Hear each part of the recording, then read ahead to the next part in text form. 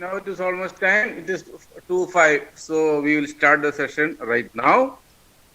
So on behalf of the teachers and the management of Albert Einstein Institute of Science and Technology, I would like to extend a warm welcome and good afternoon to the newly admitted students of 2020.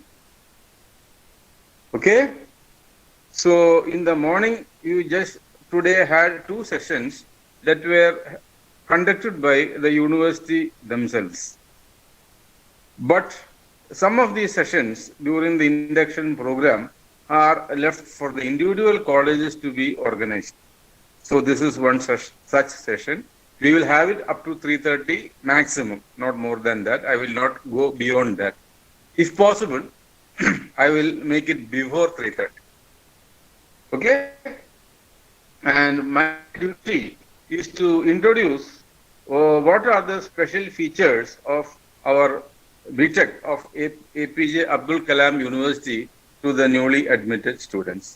And this I have been doing ever since we had this APJ Abdul Kalam Technical University in function since 2015.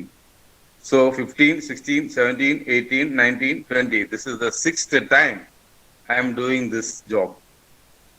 Okay? Now, most of you have joined engineering. This is a professional course. Engineering is a professional course. And can anyone tell me what is the job of an engineer? What is expected out of an engineer? Anyone? Anyone can switch on the mic and give me the answer. What is an engineer supposed to do? Or rather, what is the job of an engineer? There are 97 students, creators, okay. That is only a part of the answer, creators. Yes, I do agree on that.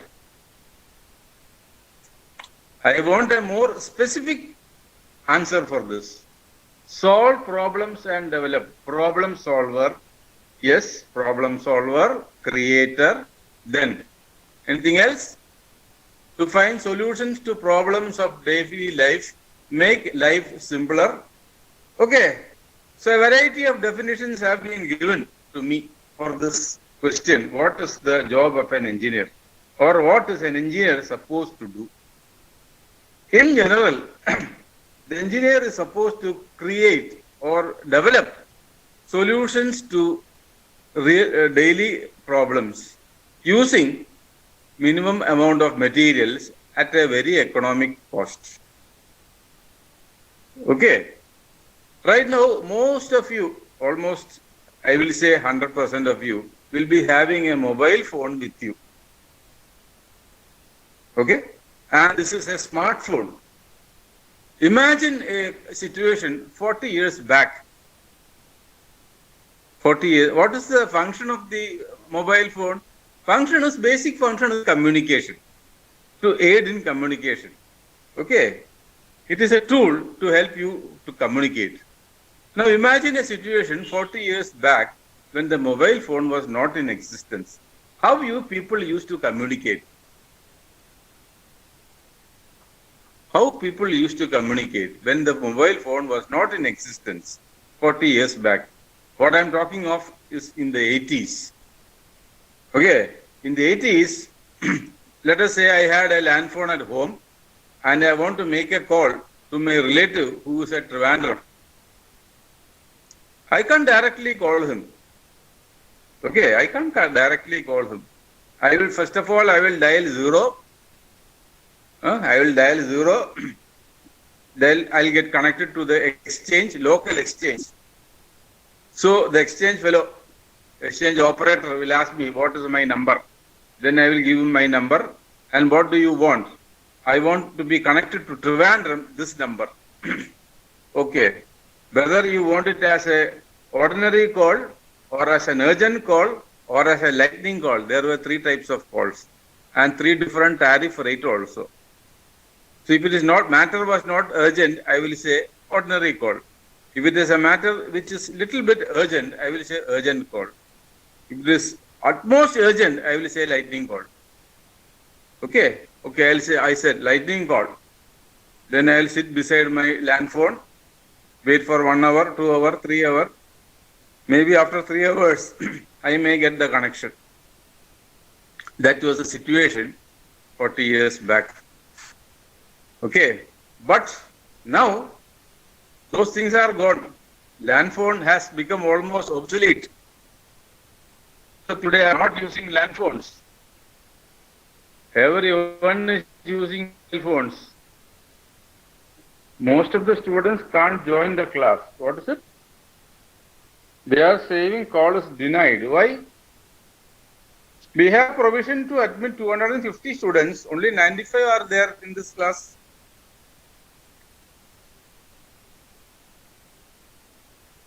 I will ask Alvin sir, please look into the matter. Some students have complained that they are not able to join.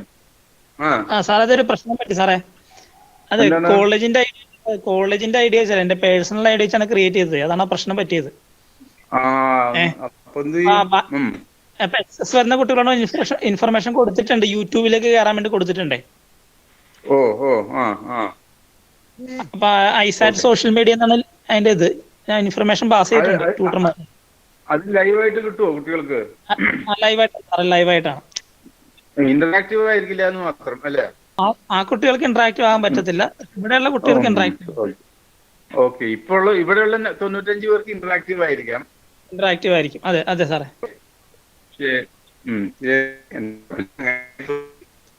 സെഷനൊക്കെ ശരിക്ക് offline മോഡിൽ നടത്തേണ്ടതാണ്. Anyway, okay, so that is the situation of the communicating tool, which is basic tool called as phone. So over the period of time, this instrument has gone through a lot of metamorphosis from the land phone. Then we had STD, then we have telephone booths, now we have the mobile phone, and tomorrow we don't know what we are going to have. Okay, who is responsible for all these developments, by the way? Who did all these developments? Engineers did it. Okay, all these developments were possible because of engineers only, none other than that. So that is the job of an engineer. He will create solutions and equipments which will make life simpler for human living at a very economic cost. Okay, that is what an engineer is supposed to do. Very good. Now let us see what is the legacy of our engineering in India. So you should understand, we are having a great responsibility on our hands. So the next slide, there is a photograph. Can anyone identify this person?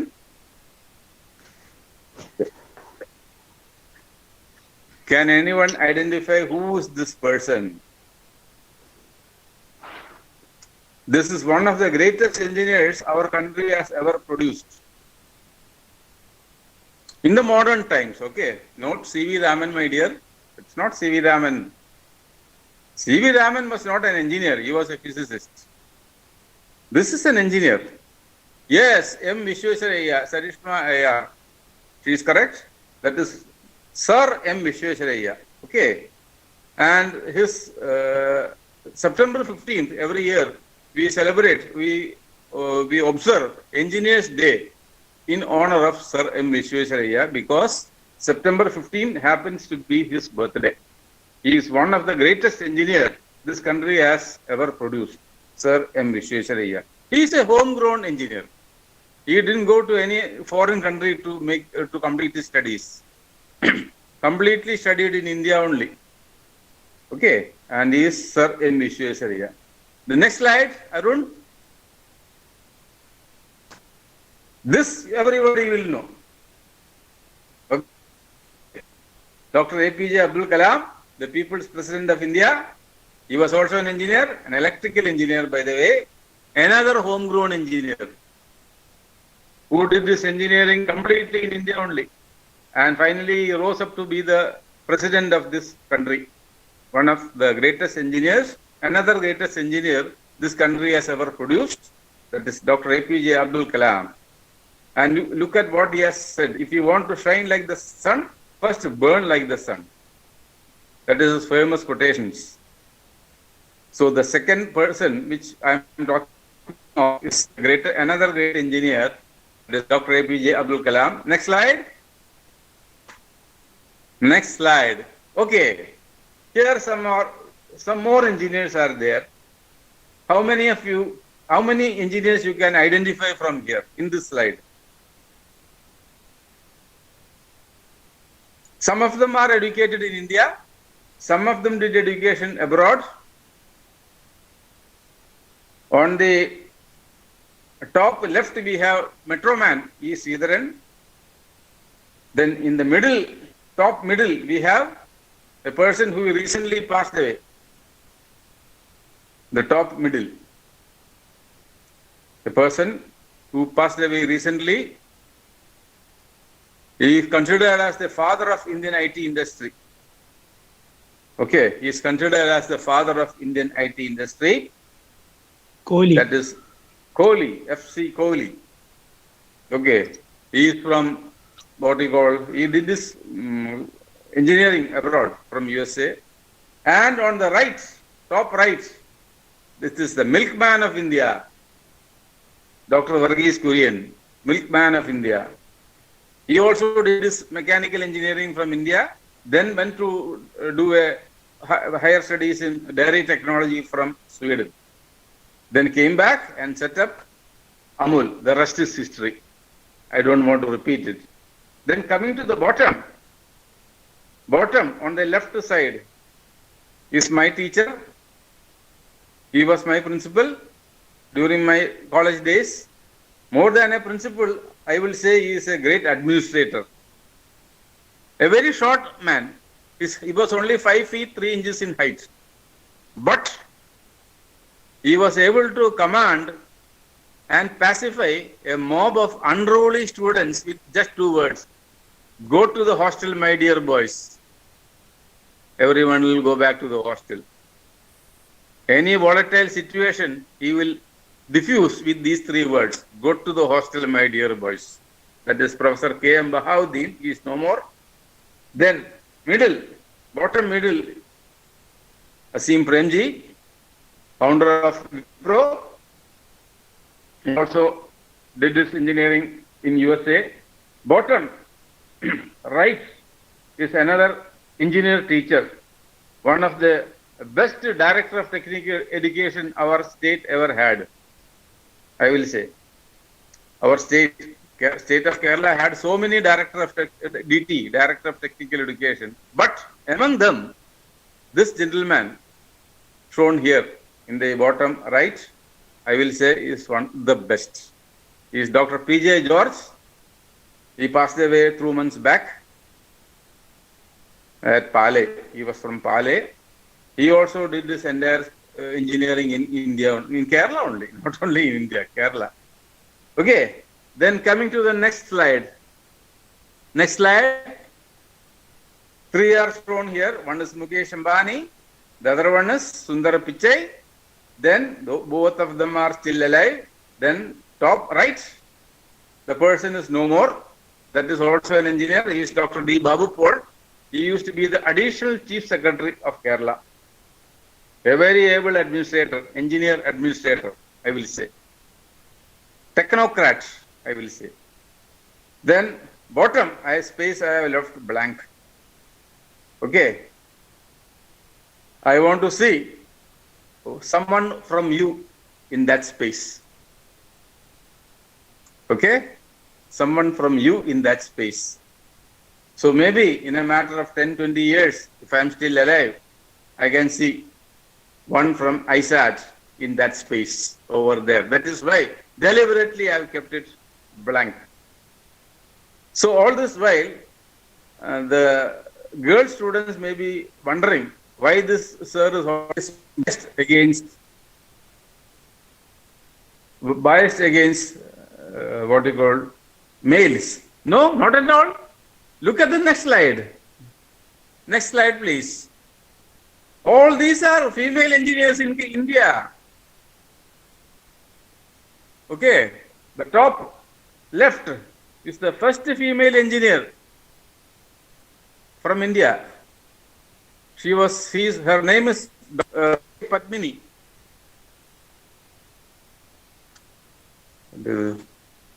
Padmini, she did her engineering from College of Engineering, Gindi. Then top middle, her batchmate only, another Malayali, the first woman chief engineer of PWD in Asia, okay, not in India, in Asia. The first woman chief engineer of PWD in Asia, not only in India, Asia. That is P.K. Thresia. Then, top right. Can anyone say who's that? Top right. The lady with the orange sari. Top right, my dear. See. Who's that? Missile No. woman. I'll win this questions to students. Okay. She is the missile woman of India, Dr. Tessie Thomas, another homegrown engineer. And incidentally, she happens to be the batchmate of our principal, 1985. They studied together. Principal did production engineering. This lady did electrical engineering.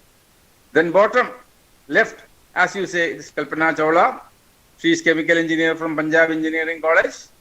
Bottom middle, we have Sudha Murthy, co-founder of Infosys. She is also an electrical engineer from IIT Mumbai. Then bottom right, who is that? Bottom right. You should be knowing it. You have to know it. Okay. Bottom right. She is the VC of our Kerala Technology, APJ Abdul Kalam Technological University, Dr. Rajasri MS. So, I would like to say that women also are not far behind men in the field of engineering, and it is picking up day by day. During my student days, we had only 2 or 3% of the students as ladies, but now it is almost 50 to 60% of the engineers are girls. Things are changing. Things have to change. Okay.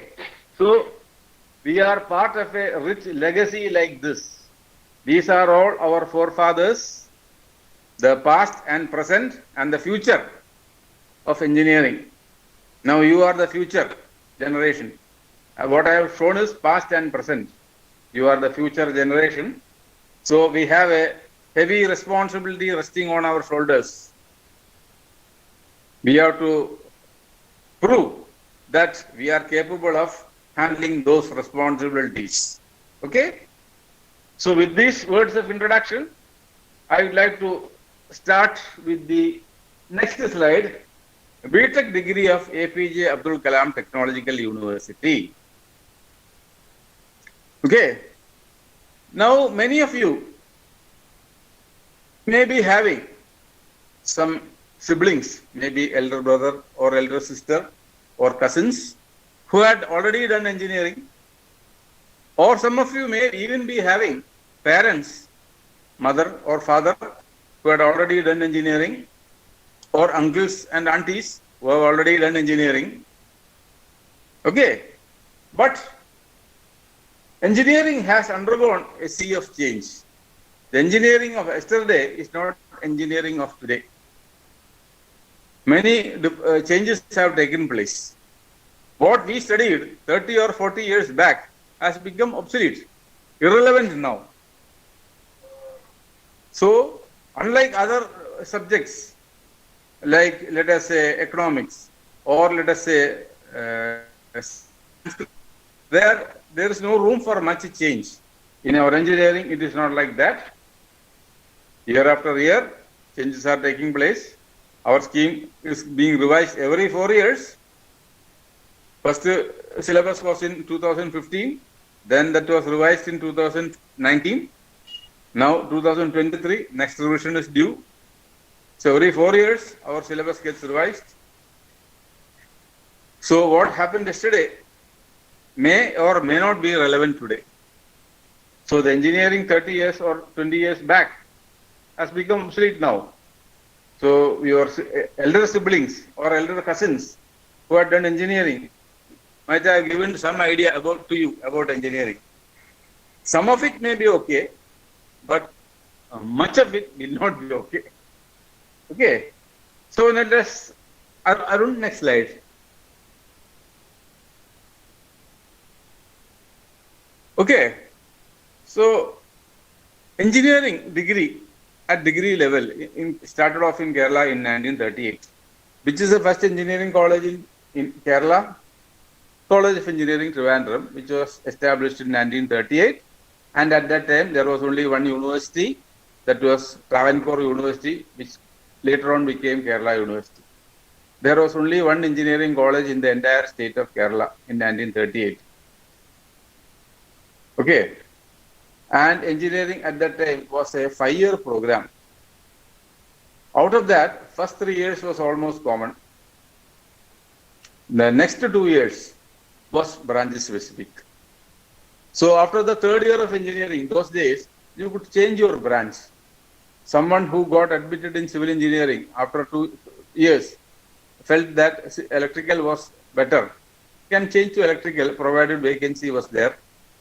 So that was possible during those days, but now it is not possible. Okay.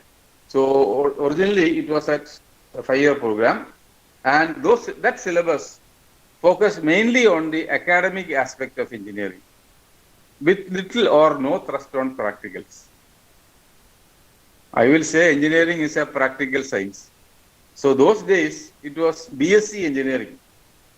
The degree given was BSc engineering, Bachelor of Science in Engineering. It was a 5-year program, and mostly it was theory oriented, not practical oriented. Okay?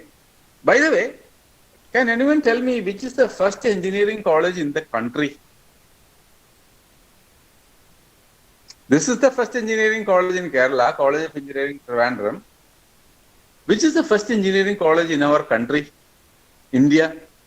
Anyone? Anyone? Many colleges are there in India which have completed 100 years.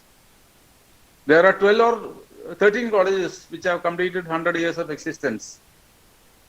Some have even completed 150 years. A few, I think 5 or 6 are there which have even completed 150 years. Okay, our CET is yet to reach that 100-year milestone. Set up only in 1938. On 2038, it will be celebrating century. But right now there are, I think, 13 colleges which have completed 100 years, and around 5 or 6 colleges which have completed 150 years. So, which is the first engineering college in India? Can anyone tell me? Student, not the staff. Which was it? Thomason. What is that? Which is the first engineering college to be established in India? I don't think you will be knowing it. That is in Chennai. Not Indian Institute of Science and Technology, Shirpur, my dear. No. Shirpur has completed only 100 years. This college which I am referring to is 162 years old. College of Engineering, Gindi, Chennai. College of Engineering, Gindi, Chennai is the first engineering college to be set up in India. Second one is College of Engineering, Pune. So Gindi Engineering College already completed 150 years. I think College of Engineering, Pune also has completed 150 years. So engineering at a scientific level, a graduate level, started off 150 years back in India. Okay. Gindi, College of Engineering, Gindi is the first engineering college. Gindi is in Chennai. Now it is affiliated to Anna University. Okay. So Arun, next slide. So in the beginning, we had only civil, mechanical, and electrical engineering. Okay, first 3 years was common, and next is 2 years. You could study the topics related to your branch, and it was a year pattern in the beginning. The examination was not conducted semester wise, but year wise. So they had to write only 5 end year examinations after first year, after second year, after third year, after fourth year, and after fifth year. But now you people will have to write 8 examinations after semester. And in the beginning, intake was only 30 students, but now it is 60 students. Okay, Arun, next slide. So when was this 5-year program shortened to 4 years? That was when Calicut University was set up in 1967. Okay, in 1967, Calicut University was established, and they started this 4-year degree in engineering. Even at that time, Kerala University was continuing with that 4-year pattern, 5-year pattern, but Calicut University started experimenting with a 4-year pattern. And they also introduced the semester pattern from 1969. I studied in semester pattern. My admission was in 1975, but my batchmates who did engineering from Kerala University in 1975, they completed in year pattern. So MG University was not there at that time. Kerala Technological University also was not there. So in Kerala, Calicut University was the first university to start with the semester pattern, which was followed by Kerala University. MG University already, when they established it, they started off with a semester pattern. So look at that. Student intake in entire Kerala was only 100 at that time, with one college in the beginning. And now the intake is more than 60,000 with almost 150 colleges at present. Okay, so from 100, the amount of quantity of engineering graduates has become 60,000 in 2020. 1938, engineering started off in Kerala. 1943, the first batch came out. So in 1943, only 100 engineers came out from Kerala. Whereas last year, 60,000 students have come out from Kerala as engineers. Okay, so look at the volume of engineers coming out every year. Arun, next slide. So this Kerala Technological University was established in 2014, and since 2015, all engineering colleges in the state are affiliated to Kerala Technological University, barring 6 colleges which were directly managed by the respective universities. Okay, still, Calicut University is having their own engineering college, Kerala University is having their own engineering college, and KUSAT also having their own engineering college, Kerala Agricultural University also having their own engineering college. Last year, NG University was also having their own engineering college, but last year they handed it over to KTU. Okay, last year they handed it over to KTU. So that is in Toduvura. That is also coming under KTU now. Whereas KUSAT is having 2 colleges, Calicut University is having 2 colleges, Kerala is having 1 college, Kerala Agricultural University is having 1 college. So that figure, barring 6 colleges, had to be corrected, which I forgot. Okay, then at present there are 142 colleges. All these are, you all know all these things. The university was renamed as APJ Abdul Kalam Technological University as a token of respect to the people's president. Now let us go to the details of the BTech degree. So all these 142 colleges coming under Kerala Technological University are following a common syllabus. They have a common examination.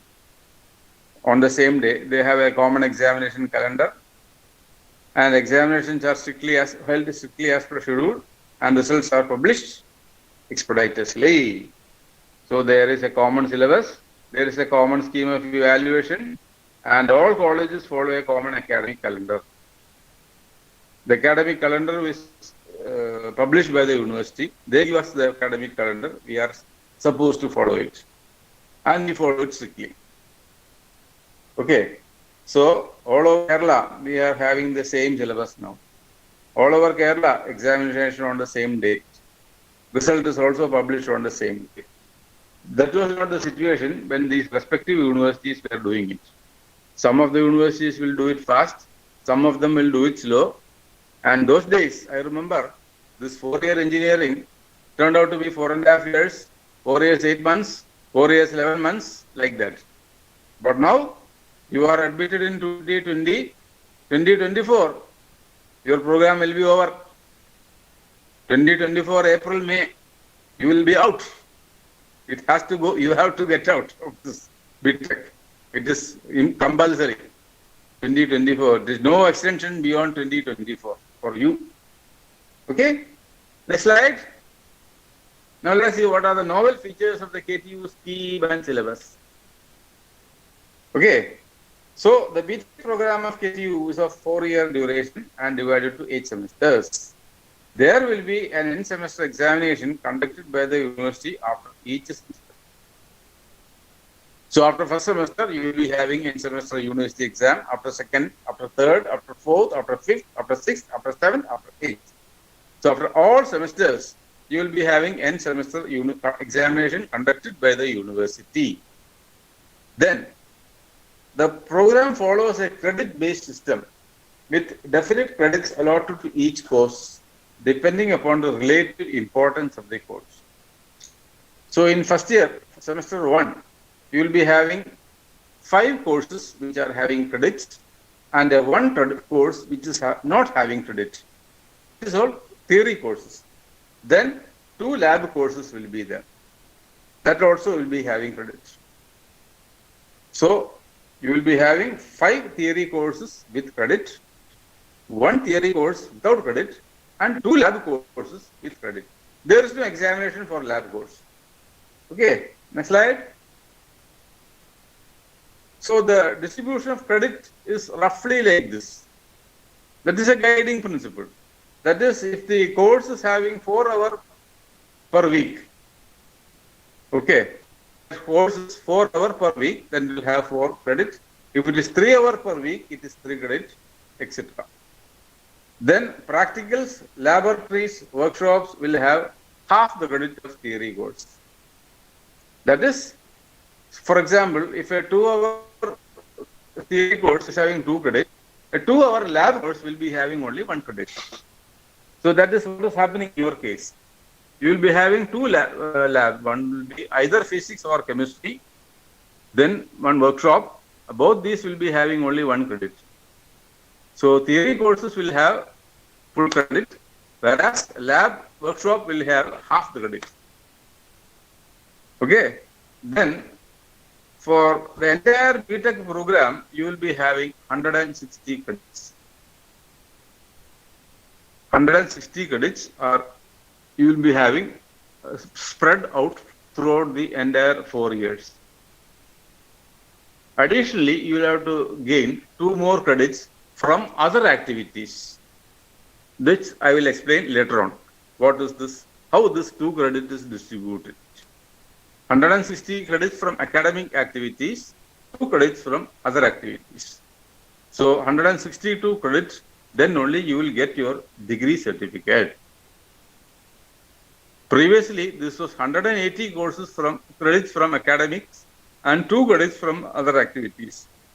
And fortunately, in our college, we are very strict about this 2 credits. We strictly monitor this activities of the student and give them credit. I know that there are colleges in Kerala who are not so strict about this other activities.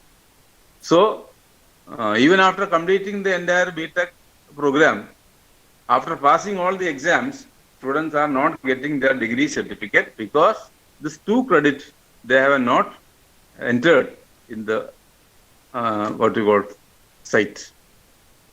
This 2 credits. Only when you enter these 2 credits, you will get the degree certificate also. So that is also a mandatory requirement. Okay, you can't escape from it.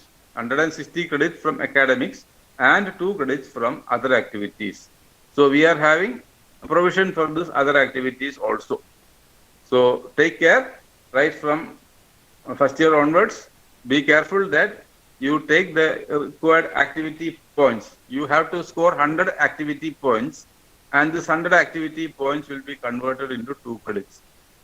So even if you score more than 100, you will get only what you call credibility for 100. Right? Arun, next. So each semester will be having roughly 24 credits. A student has earned the credit if the student clears the course successfully.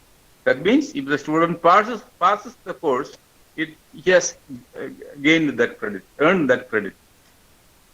For example, if first year you will be having mathematics, that is having 4 credits. If you pass mathematics, you will be earning that 4 credits. If you fail, you will not be given that 4 credits. First semester will be having courses with 17 credits, and second semester will be having courses with 21 credits. Okay. So this is as far as credits are concerned. So totally 160 credits you have to score, and 2 credits from other activities. The first year will be having 17 credits, and the second semester will be having 21 credits. So totally first and second semester will be having 17 plus 21, 38 credits. Okay, first semester and second semester combined will be 38 credits. First semester 17, second semester 21. Okay, so 160 credits total plus 2 credits from other activities. First semester 17 credits, and second semester will be having 21 credits. So, any points to be clarified? I will take a pause right now. If you have any specific questions, you can ask. You can put it in the chat box. I will answer in the chat box.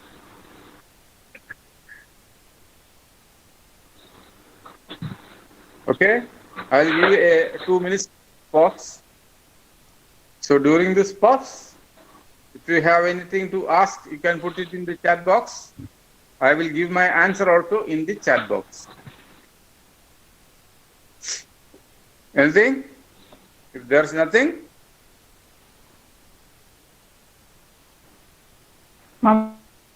yes? Anything? Yeah, put it in the chat box. That will be better. Otherwise, there will be disturbance when you talk. You type your query in the chat box. There is a chat box. Type your query in the chat box. I will give the answer also in the chat box. Because if you will sports be considered as activity points? Yes. Yes. Sports. Spirits alla. Sports will be considered.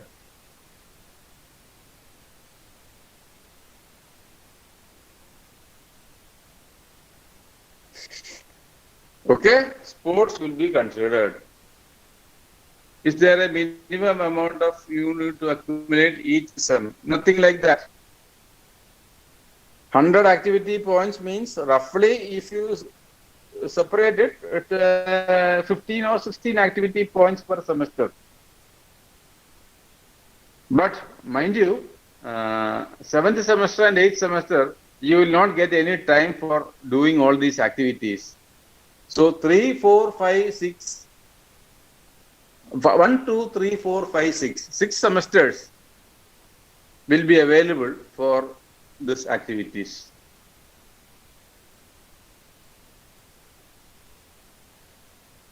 What all activities will be considered for these 2 credits?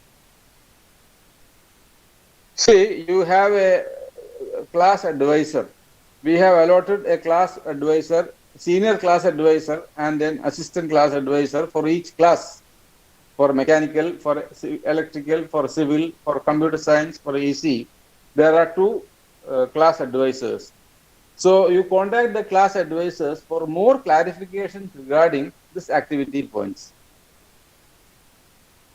I can't elaborate on this during this session. There are a lot of activities. There is a handbook also which is published by the university regarding which are the activities that count for your activity points, how to allot the activity points. There is an exhaustive handbook published by the university which is available with them. So you can contact your class advisors regarding what are the activities that can be considered for activity points. They will be guiding you regarding all these things. Okay. So shall I continue with this next slide? So regarding activity points, it is better to contact your advisors. Each class is having 2 advisors. You can contact any one of them. They are well versed in this allotting this activity points. Next one. So the courses for SEM 1 and SEM 2 will be common for all branches of engineering. Courses from SEM 3 to SEM 8 will be branch specific. Some interdepartmental courses. Each SEM will be having 5 lecture courses and 2 or 3 practical courses. When I say 5 lecture courses, that means these 5 lecture courses will be having credits. There will be one more course which is not having credits. Okay, so actually it is 6, not 5. The 5 credit courses with lecture courses with credits, and 2 or 3 practical courses with credits. Okay, there is no practical course without credit, but there is a lecture course without credit. That is there in each semester. Right from SEM 1 to SEM 8, you will be having one lecture course which is compulsory, which is not having credits. So each SEM will be having roughly 72 working days. And the academic calendar will be published shortly for your case. Already the higher semesters are having it. Then a novel feature of the scheme of the course is a design project in semester 5. That is a common feature for all the branches. This course aims at enhancing the creativity and innovative talents of the students. The students are expected to come out with a new innovative product design or modify the design of an existing product. That is a design project that is in semester 5. That is not there, it is nothing. It is there in the syllabus, design project. That is a novel scheme, feature of the KTU syllabus, design project in semester 5. And that design project is carried out in group, not exceeding 4. 4 students will join as a group, and this group will take up a design project. Throughout the semester, they will be doing that design. They did not fabricate it, only designing. Okay. Then, next one. So, distribution, Arun, next slide. So, these 160 credits are distributed like this. Basic science courses. Basic science course means maths, physics, chemistry, all those things. That is 26 credits. Basic engineering courses. Engineering mechanics, engineering graphics, like that. That is 22 credits. Humanities and management courses, 8 credits. Professional core engineering courses. That is branch specific. That will be 66 credits. Professional elective courses. That also will be branch specific. That is 19 credits. Open elective courses. That is interdepartmental. That is 9 credits. And project is 10 credits. Then there are mandatory courses without credit. That is, one course will be there in each semester. Now the evaluation. How the evaluation takes place. So the university follows a grade-based system of evaluation, and the absolute marks earned by the student will be converted into grades like S, A plus, A, like that. The final scorecard of the semester will show only the course-wise grade and the semester grade point average. You don't have mark here. We will be having grade point average. SGPA, and CGPA, cumulative grade point average. For example, if you pass all the examinations in the first semester and you get a semester grade point average of 6.8, that can be converted into percentage. Okay. So the final scorecard will only show the SGPA, semester grade point average.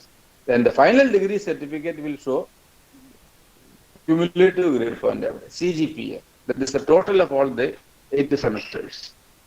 So it is a grade-based system. Okay, we don't have absolute marks here. Arun, next one. Next one. The evaluation, end semester evaluation will be a combination of internal evaluation I and end semester evaluation U. The total marks were allotted for each course is 150 for theory courses and 100 marks for practicals, labs, workshop. Internal evaluation I for theory courses 50, which is split up as 2 tests each at 15 marks, 10 marks for assignments and 10 marks for attendance. So the evaluation is out of 150, 100 mark is for end semester examination and 50 mark is for internal evaluation. The internal evaluation is 30 marks for test, 10 marks for assignment and 10 marks for attendance. Okay, we will be giving you on the mark basis, but that will be converted by the software into grade. That will be converted by the software into grade.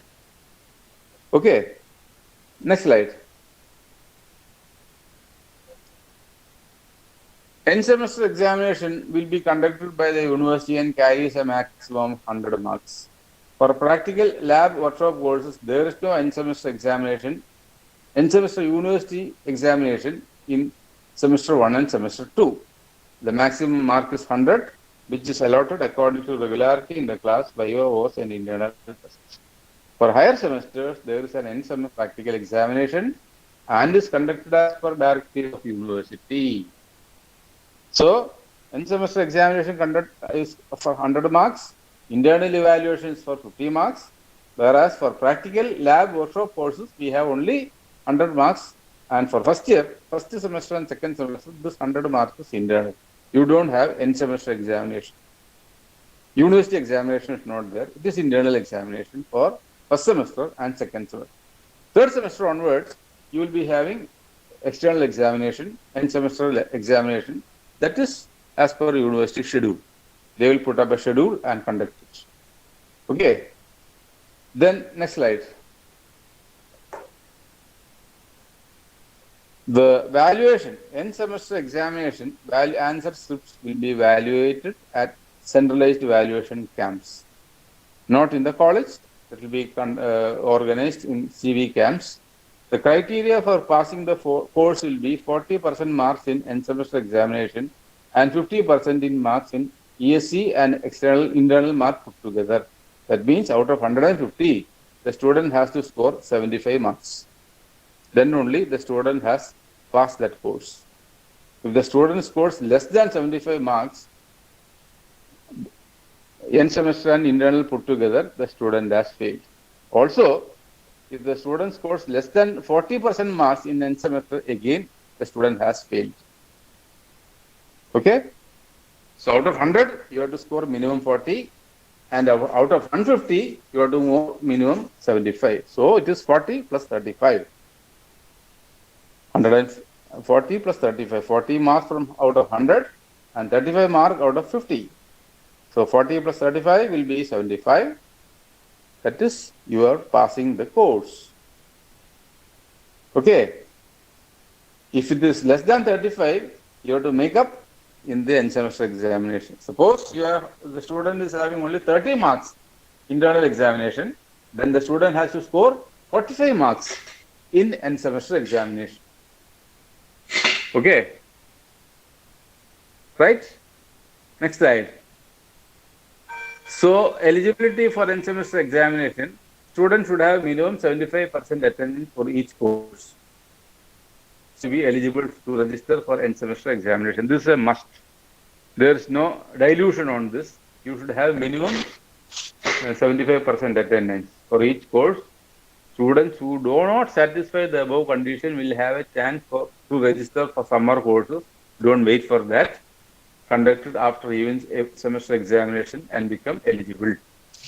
So there is a summer course being conducted by the university after each even semester. And if you are having less than 75% attendance in one or two courses, you can attend the summer course and then become eligible. Okay, but don't wait for that. Getting minimum 75% attendance and all is not a difficult issue, right? Now this is how the grades are distributed. Okay, S is above 90, A plus is between 85 and 90, A is between 80 and 85, B plus is between 75 and 80, B is between 70 and 75, C plus is between 65 and 70, C is between 60 and 65, D is between 55 and 60, P is between 50 and 55, F is less than 50%. Okay, this is FE means fail. FE is fail. Fail means fail due to attendance shortage. I means course incomplete. That means there is a provision for continuation, all those things that you will come across later on, not now. So this is how the grades are being distributed. Okay, so top grade is S, followed by A plus, then A, then B plus, then B, then C plus, then C, then D, P, F. Okay. So always aim for S, not less than A plus. Between A plus and S, you should score. And this is also something important for you when you will be eligible for promotion. So first semester, second semester, third semester, fourth semester, you have no problem. You can go as it is. Before entering fifth semester, there should be 21 credits from S1 and S2. Okay, before entering semester 5, if you are not having 21 credits from S1 and S2, that is 38. Out of 38, you should have 21. Then again, before entering S7, you should have minimum 47 credits from 1 to 4. This out of 82, you would have 47. Otherwise, you will be not be permitted to go further. So there is a check at semester 5 and semester 7. At semester 5, you should have 21 credits from 1 and 2. At semester 7, you should have 47 credits from 1, 2, 3, and 4. So there are chances of losing a year after S4 or S7. Many students are falling in this category in our college. Chances of they have lost a year after S4, they have lost a year after S7 because they don't satisfy the eligibility conditions. So don't wait for all these things. Try to come. You have to complete this. Make it compulsory that you complete the program within 4 years itself. Don't lose 1 year in between. Arun, next slide. Next slide. This is the credit distribution out of the entire course. S1 17, S2 21, S3 22, S4 S5 23, S6 24, S7 15, S8 16. Okay. So total it works out to 160 credits. So first semester is 17, second semester is 21. Now let us see what are the courses we have in semester 1. These are the first 4 courses. Engineering maths, engineering chemistry, engineering physics, engineering mechanics. Engineering maths is compulsory. Then you can have a choice between engineering chemistry and engineering physics. Section of the students will be given engineering chemistry. The other section will be taking engineering physics. Then we have engineering mechanics and engineering mechanics, engineering graphics. One section of the students will be taking engineering mechanics. The other section will be given engineering graphics. Then again, basics of civil and mechanical engineering and basics of electrical and electronics engineering. So one section of the students will be having civil and mechanical engineering. Other section will be having electrical and electronics engineering. Then comes life skills. That is common for all. All students in some one will have life skills. That is a non-credit course. Then sixth is chemistry lab. So those who are given chemistry will have chemistry lab. Those who are given physics will have physics lab. Then seven, civil and mechanical workshop. Those who were given basics of civil and mechanical engineering will have civil and mechanical workshop. Those who were given electrical and electronics will be given electrical and electronics workshop. That is credit. That courses are 6 and 7 will be having credit. 1, 2, 3, 4 is having credit. 5 is non-credit. 6 and 7 also is credit. 1, 2, 3, 4 are 5 are the theory courses. 6. Next is the 2 courses. Again, engineering maths 2, engineering chemistry, engineering physics, engineering mechanics, engineering graphics, basics of civil and mechanical engineering, basics of electrical and hydraulics engineering. Then comes 5th courses, compulsory, computer programming. All students will be having that computer program. All 5 batches will be having it. Then all 5 batches will be having professional communication. That is non-credit. Then comes chemistry lab, physics lab. One more is there that I forgot. That is civil workshop, civil and mechanical workshop, and this thing, electrical and electronics workshop. So 1, 2, 3, 4, 5 will be credit based. 6 is non-credit. 7 and 8 also will be credit. So that is why semester 2 is having 21 credit and semester 1 is having only 17 credit.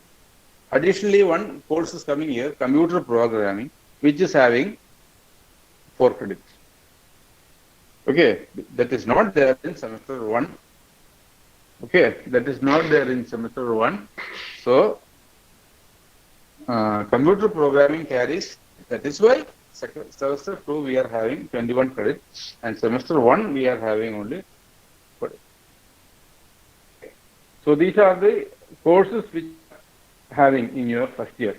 So, semester 1 and semester 2.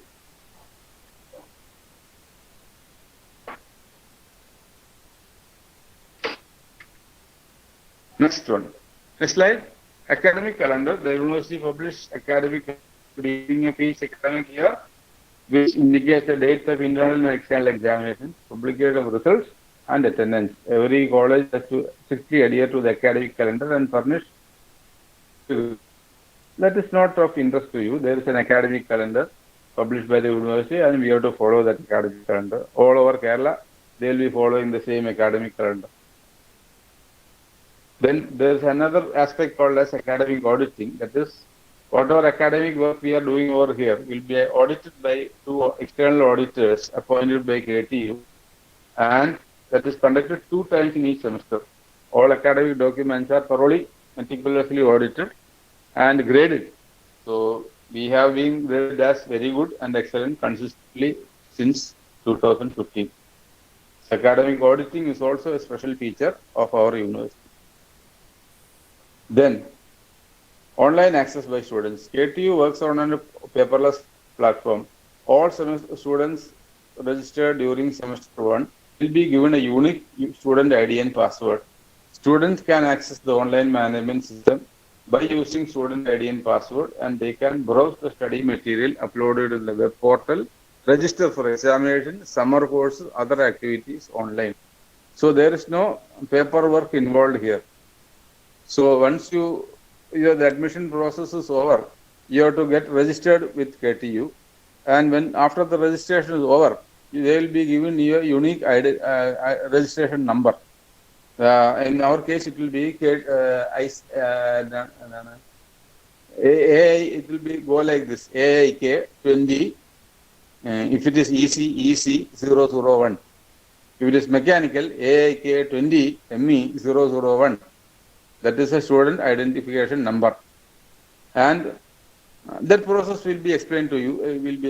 Later on after the registration process is over. I don't know when the registration process takes place. That has to be done in the college when all the students come to the college only. It can't be done online. Okay, because there are chances of committing mistakes. So once that registration number is allotted, you have to use that number throughout the 4 years for all communication with the university. You can register for examination, register for summer courses.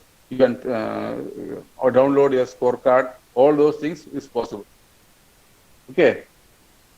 Then summer courses will be offered to students who are having attendance between 50 and 75 for a course. Such students will have to undergo a summer course of 20 hours duration with an internal examination so as to become eligible for end semester examination. Summer courses will be offered only from SEM 1 to SEM 4. SEM 5 onwards, student will have to repeat the course in full.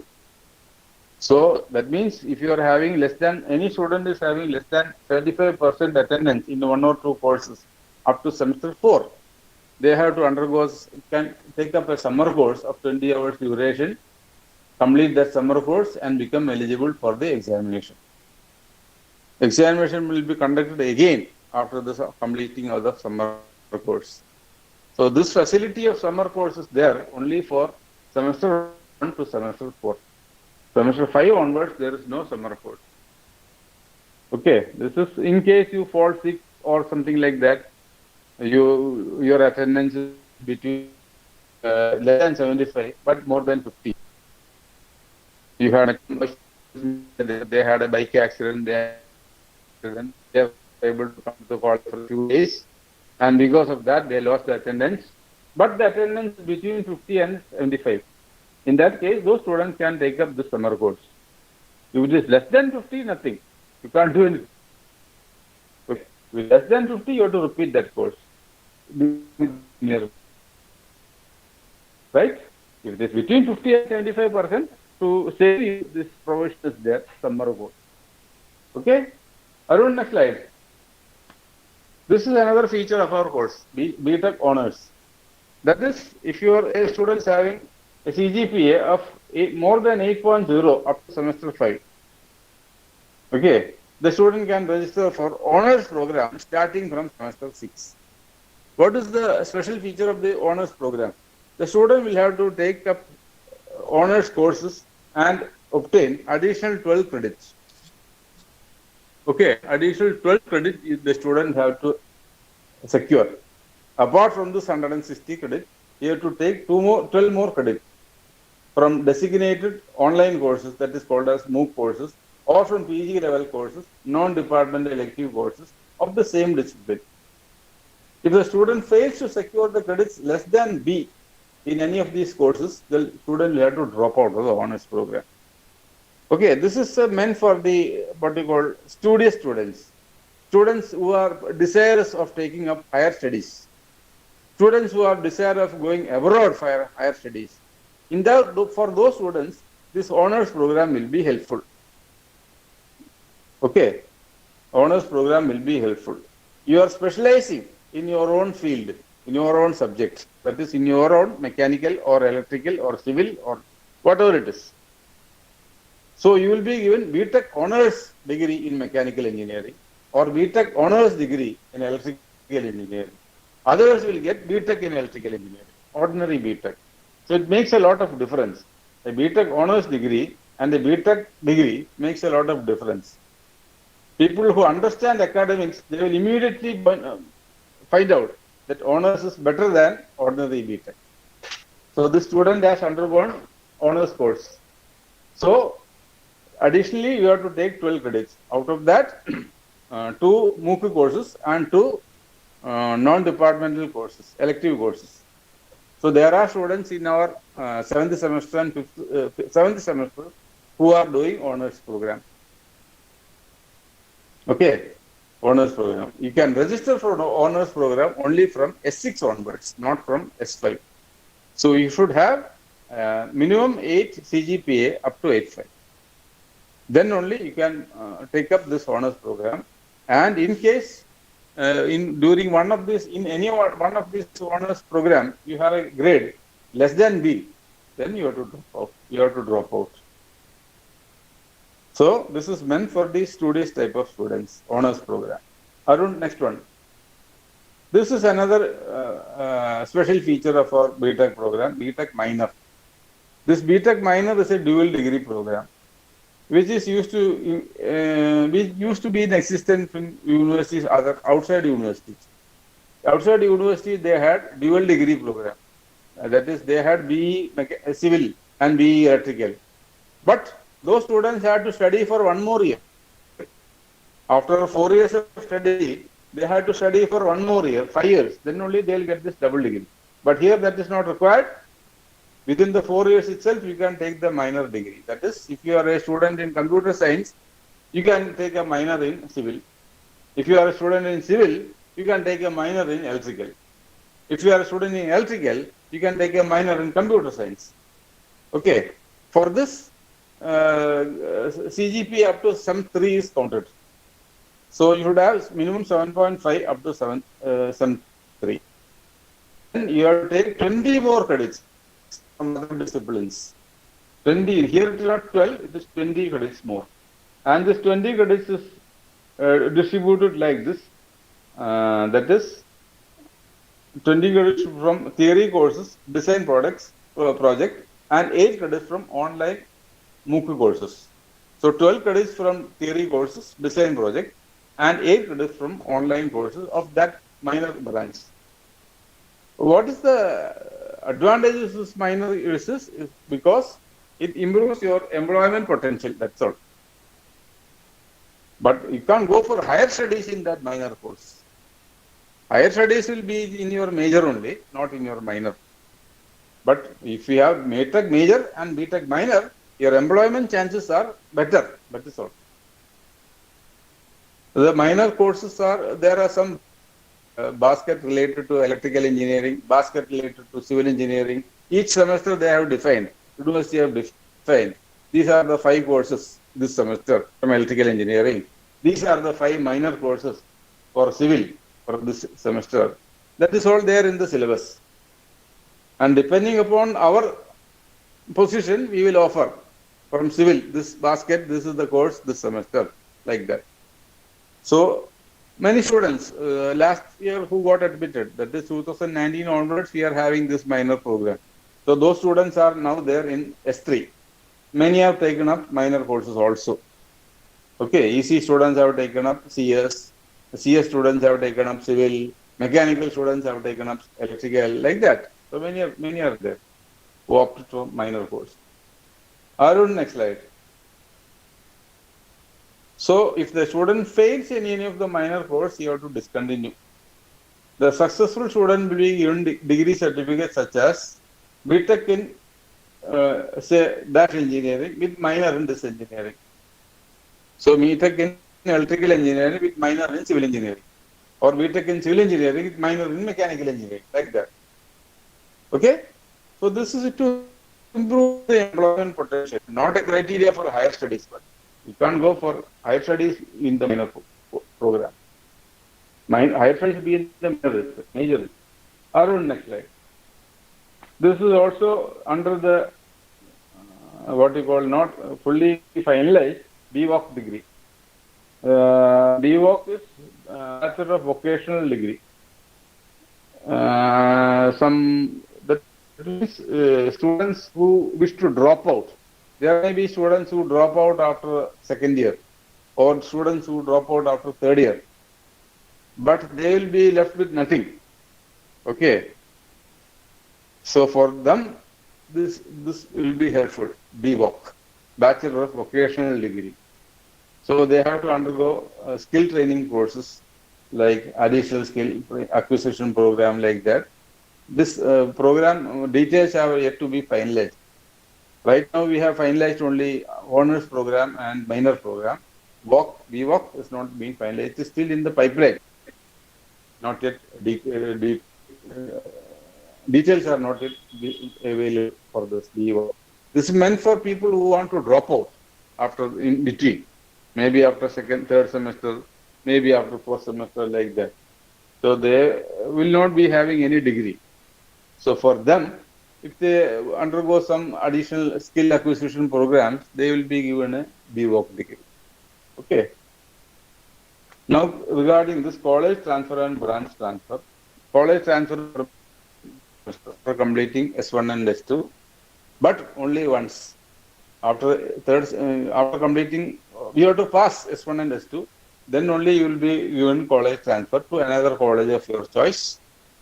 But that is possible only once. There is no provision for branch transfer. If you are admitted in mechanical, or if you are admitted in civil, or you are admitted in electronics and communication, you have to continue with that. Previously, there was a provision for branch also, but now that is not there. Only you can transfer your college. Okay. But that too only once. Now coming to this activity points. The student has to secure an additional 2 credits from other activities so as to be eligible for the BTech degree. The other activities are classified as co-curricular and extracurricular. National Service Scheme, sports, entrepreneurship, etc. are few of the designated activities. The 2 credits are split up as 100 activity points, and university has a comprehensive scheme for awarding the activity points. There is a handbook itself for activity points.